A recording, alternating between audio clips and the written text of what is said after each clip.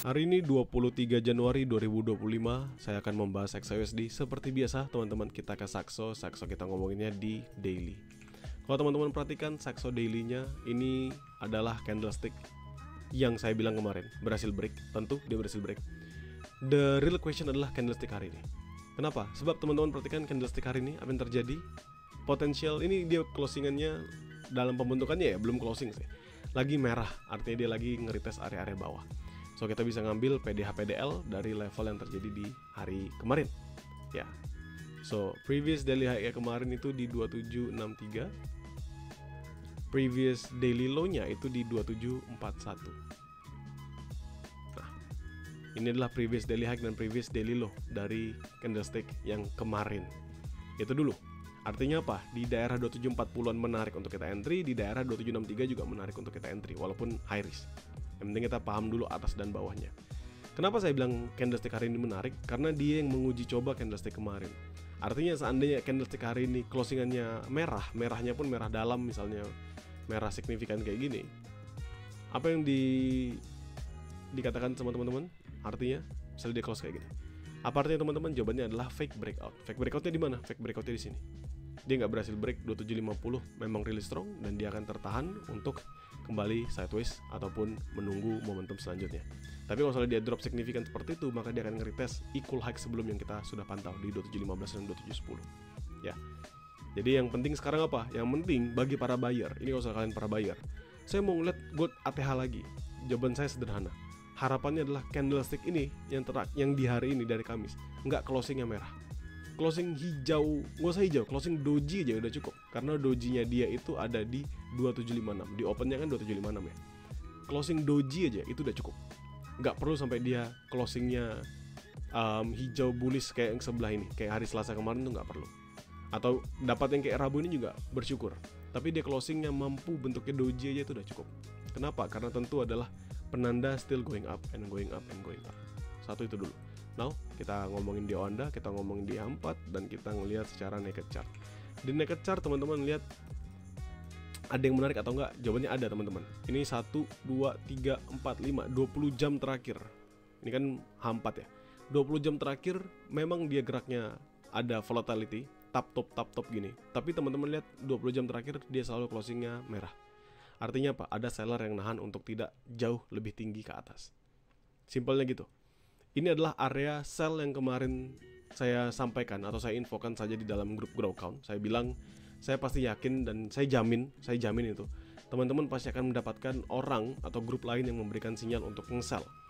Ada dua zona sellnya di mana 2760, 2764. Reasonnya apa? Karena reason terakhir di sini highest level di 2763. Kalau kita ngomongin dari bagian belakang ini juga sama. Ini around sana juga 2763, 2764. Sama nanti di 2768. Hanya itu aja, around 2768. Kemungkinan besar kalau kalian disuruh nge-sell sama grup lain atau sama siapapun yang kalian ikutin, hanya di sana saja. Tapi saya nggak akan nge-sell, reasonnya apa? Karena saya lebih better untuk nunggu masuk buy-nya. Nah sekarang teman-teman perhatikan, dia going up, dia going up lalu dia dropping. Dan potensi untuk melanjutkan penurunan terbuka nggak? Tentu terbuka. Kenapa? Karena butuh banget yang namanya retracement. Tapi kita nggak tahu, namanya kita buyer berharapnya dia retracement, bisa aja dia lanjut masih going up. Nah, saya ngomongin dia satu tempat kita akan menjalankan tradingnya kita. Ini adalah zona kemarin yang saya bilang 2749, 2747. Ya, 2749, 2747. Salah satu zona buy yang saya share di grow count yaitu 2749, 2747. Selama si 2749-nya nggak di breakout. Kenapa ini menjadi zona buy pertama? Satu, teman-teman bisa perhatikan di sini ada bullish order block, dia up, drop signifikan di jam 1 tapi ketahan 2 kali di sini. 2 jam, jam 2, jam 3 lanjut lagi going up. So this level ini adalah salah satu level yang menarik buat diperhatikan, 2749, 2747. Menurut saya untuk sekarang 2749, 2747 ini menjadi buy scalping. That's actually fine. Teman-teman manfaatkan 2749, 2747 sebagai buy scalping only. Kenapa? Karena tentu tadi sudah saya jelaskan, mulai dari daily, mulai ke H4 kalian lihat adanya tendensi untuk mengalami penurunan. So 2749, 2747 tidak semenarik kalau kita ngeliatnya pas hari kemarin, pas kita ngeliat bullish momentum yang kuat gini. Jadi manfaatkanlah sebatas sebagai buy scalping. Selama apa? Selama si 49-nya nggak di breakout. Normal gitu teman-teman. Dalam lower time frame. Jadi kalian lihat di M5, M15, M30, kalian lihat dalam lower time frame-nya. Nah sekarang sell-nya jadi lebih menarik. Nah ini sekarang saya ngomong, sell-nya menjadi lebih menarik. Kenapa saya bilang sell menjadi lebih menarik? Karena saat ini dia memang benar-benar tidak berhasil breakout. Itu di berapa berarti? 2760, 27663. Ini saya naikin aja. Nah, 2760, 2763. Sell-nya menjadi lebih menarik, teman-teman. Ya, untuk sekarang sell jadi lebih menarik. Why? Karena sudah mulai adanya perlambatan. Sedangkan kalau kemarin kan tidak ya. Misalnya teman-teman perhatikan di sini, dia up, dia drop. Ini kan salah satu menjadi area supply 2733, 2730. Bukan supply, sorry. Resistance shadow. Yang mana dihajar. Artinya apa? Nggak menarik berarti zonanya. Naik lagi. Saat ini dia nge-retest, dia drop, dia nge-retest, dia drop, dia nge-retest lagi, dia drop. Artinya apa? 2760, 2763 ini salah satu area yang menarik. Yang mana kita bisa anggap ada seller juga di sana. Ya, jadi kalau kalian tanya di mana sell terdekat saya, 6063 selama 60 nggak di breakout di H1. Ini sell high risk. Buy scalping terdekat saya 2749, 2747 selama 2749-nya tidak di breakout dalam lower time frame. Jadi manfaatkannya only by lower time frame. Kalian manfaatkan M5, M15. Kalian dapat misalnya sampai di 2747, lalu dia closingannya di 2749 atau bahkan di 2748 poin sekian, di 2748.8, 2748.9, kalian closing aja si 49-nya, kalian closing aja 48-nya, masih secure with a profit. 47 ya kalian hold sedikit, itu nggak masalah. Yang penting apa? Yang penting kalian paham bahwa ini only for buying scalping. Dimana buy high risk pertama 4038 dan yang kedua adalah 3330. 4038 ini sederhana teman-teman. Kalau misalnya saya patok, kenapa? If I take Fibo retracement from this swing low to the swing high, ya, jadi around 4038 itu 0.5-nya. Memang jauh lebih riskan untuk entry, but that's fine. Kita manfaatkan momentum itu terlebih dahulu. Tapi setidaknya bisa kita manfaatkan di sana sebagai salah satu area yang menarik. Why? Karena dia bertahan lama di hari Selasa pada saat momentum tersebut terjadi. High risk sama, selama 2740 nggak di breakout di H1 tapi karena dia high risk. Lalu 3330, is it fine? Menurut saya 3330 jauh lebih fine. Dan di mana medium risknya? Kan itu pasti the biggest question. Saya mau entry buy medium risk. Di mana medium risknya? Jauh teman-teman. Di 2720, 2718. Kenapa? Tentu kalau misalnya kita mau berharap dia bisa rebound reboundnya dia, harapan kita adalah dia drop sedalam-dalamnya dia, agar reboundnya pun juga ciamik, better. Ya, jadi akan banyak memang tentu zona buy. Kenapa zona buy lebih banyak? Ya karena harapan kita adalah dia bakal going up for buying position.